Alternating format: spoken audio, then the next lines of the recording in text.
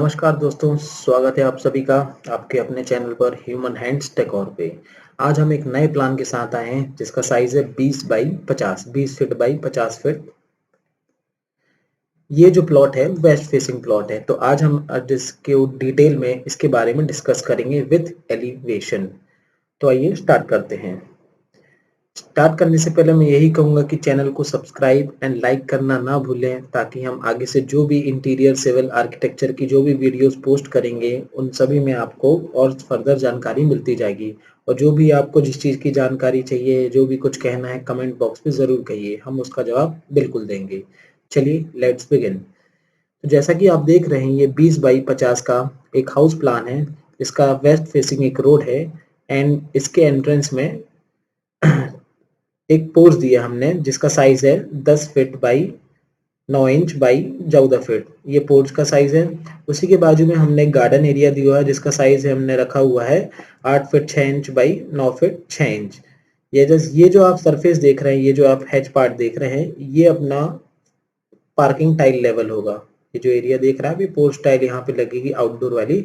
And ये जो garden देख रहे हैं आप, ये इससे 2 से 3 इंच डाउन रहेगा। जी, जैसा आप सभी को पता है कि रोड लेवल से हम जो अपना पोर्च लेवल होता है वो 1.5 से 2 फीट 3 फीट हाइट हम अबव रखते हैं। तो यहाँ पे हमने 2 फीट रखा हुआ है।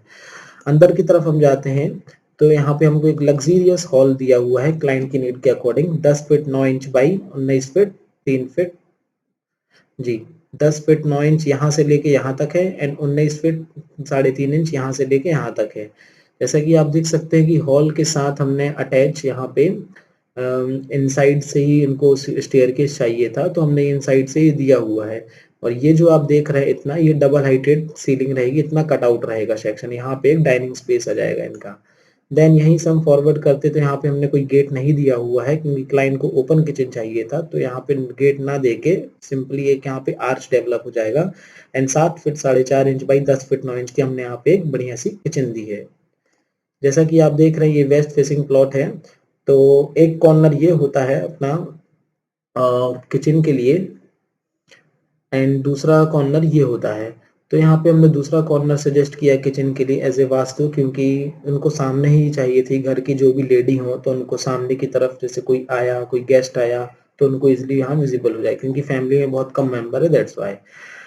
अंदर की तरफ हम जाते हैं तो यहाँ पे एक टॉयलेट दिया हुआ है जो कि अटैच नहीं है, वो कॉमन है। हम इसको अटैच भी कर सकते हैं अंदर से और इसको हम 2 पार्ट में डेवलप भी कर सकते हैं, बट क्लाइंट को यहाँ पे सिंगल ही टॉयलेट चाहिए, तो हमने यहाँ पे 6 बाई 8 की एक टॉयलेट दी गई हुई है।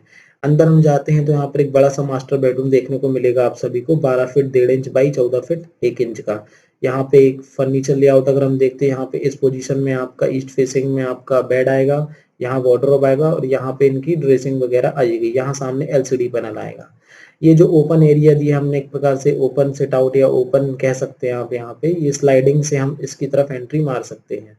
इतना एरिया कटआउट स्लैब रहेगा और ये जो आप देख रहे हैं इतना जो पार्ट है, ये प्रोजेक्शन एज पर स्लैब डिटेल, मतलब जो फर्स्ट फ्लोर का जो स्लैब प्रोजेक्शन जाएगा उस तरफ ये स्लैब जाएगा। और आइए हम आते हैं फर्स्ट फ्लोर प्लान पे। जैसे ही हम फर्स्ट फ्लोर प्लान पर आते हैं तो ये देखिए आप, स्टेयर केस से हम ऊपर यहाँ आते हैं और यहीं से हम नीचे की तरफ जाएंगे। इतना एरिया हमने पूरा कटआउट सेक्शन में दिखाया हुआ है। अब इस प्लान में आपको ये देखने को मिलेगा कि इसमें हमने थोड़ा छोटा कटआउट सेक्शन दिखाया और उसमें बड़ा दिखाया है।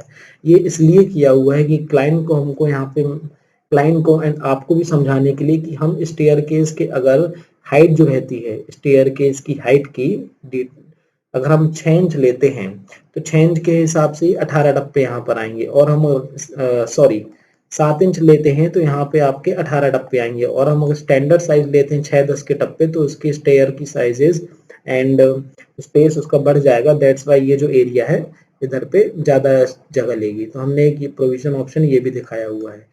फिर ऊपर हम आते हैं तो नीचे का जो बेडरूम का साइज है एज इट इज वैसा का वैसा ही रहेगा। ये जो ओटीएस टेरेस तक खुला रहेगा, यहाँ पे एक विंडो आ जाएगी स्लाइडिंग। एंड ये जो टॉयलेट है वो अंदर से दे दी 6 बाई 6 फीट 4 इंच की। ये आप देख रहे हैं ग्लास का पार्टीशन आ जाएगा यहाँ पे वॉशिंग नहाने के लिए। यहाँ पे वॉश बेसिन आ चुका है और ये कमोड आ चुका है। सो हम इसमें ये भी कर सकते हैं कि कमोड यहाँ शिफ्ट कर सकते हैं और वॉश बेसिन यहाँ शिफ्ट कर सकते हैं, जैसा नीड के अकॉर्डिंग। देन हम जैसे ही अंदर आते हैं तो सामने की तरफ हमने एक मास्टर बेडरूम दिया हुआ है 12 feet 7 feet 12 feet 7.5 inch by 14 feet 1.5 inch का। एंट्री यहाँ से दी गई, यहाँ पे वार्डरोब का प्लान आ गया होगा है।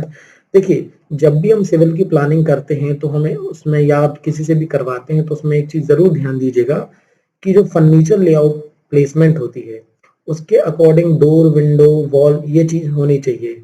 आप ये मत देख के किसी का प्लान बनवाइए या अपने घर का कभी प्लान बनवाइए कि अपने बिना फर्नीचर लेआउट को सोचते हुए, बिना फर्नीचर फ्यूचर को सोचते हुए आपने कहीं भी विंडो, कहीं भी डोर दी। ये एक बहुत बड़ा ड्रॉबैक होता है। जब हम फर्दर अपने सिविल कंस्ट्रक्शन के बाद कभी भी इंटीरियर कराते हैं एक प्रोफेशनल इंटीरियर डिजाइनर से, तो बेसिकली हमें उस चीज़ पे ध्यान, तब वो प्रॉब्लम्स वहाँ पे आती हैं कि विंडो कहीं फंस रही है, वार्डरोब की स्पेसमेंट में कहीं फंस रही, तो वो चीज़ बिल्कुल आप जरूर ध्यान दीजिएगा। जैसा कि आप देख सकते हैं यहाँ वार्डरोब के लिए वॉल, यहाँ पे हमने 30 इंच ये साइज दिया हुआ है। ये जो साइज आप देख रहे हैं वो हमने 2.5 फीट लिया हुआ है, 2 फीट 6 इंच का, ताकि अगर हम 2 फीट की वार्डरोब बनाते हैं या 27 इंच की वार्डरोब बनाते हैं तो यहाँ पे कोई इजिली प्रॉब्लम नहीं जाएगी। देन आप देखते हैं बड़ा सा लग्जरी हमने यहाँ पे 5.5 बाई 11 फीट 1.5 इंच का बड़ा ही शानदार एक टॉयलेट दिया हुआ है। जैसा कि आप देख सकते हैं कि ये दरवाजा जहाँ वॉश बेसिन पार्ट है वहां की तरफ खुलेगा तो यहाँ डिस्टरबेंस नहीं होगा। ये कमोड वाला पार्ट है एंड ये टॉयलेट का वॉश नहाने का पार्ट है। सामने की तरफ आते हैं तो ये बालकनी आप देखते हैं कि 12 फीट 7.5 इंच बाई 4 फीट की हमने बालकनी दी। इतना एरिया पूरा ना क्लोज रहेगा। साथ ही साथ मैं आपको इसका एलिवेशन भी दिखाता हूँ। ये देखिए आप, जैसा कि आप देख सकते हैं ये एलिवेशन, ये मेन गेट है।